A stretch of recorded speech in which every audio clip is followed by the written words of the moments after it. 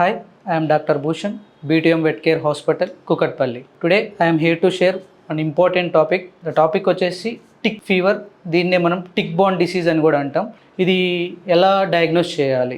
Diagnosis వచ్చేసి మెయిన్గా blood టెస్ట్లో మనం ఏముంటుందంటే సిబిసి ఉంటుంది, ఎల్ఎఫ్టి, కేఎఫ్టి ఇవి ఉంటాయి. సిబిసిలో వచ్చేసి మనకి ప్లేట్లెట్స్ చాలా డౌన్ అయిపోతుంటుంది, ఇంకా అనీమియా ఉంటుంది, ఆర్బీసీ డౌన్ అయిపోతుంది, హిమోగ్లోబిన్ డౌన్ అయిపోతుంది.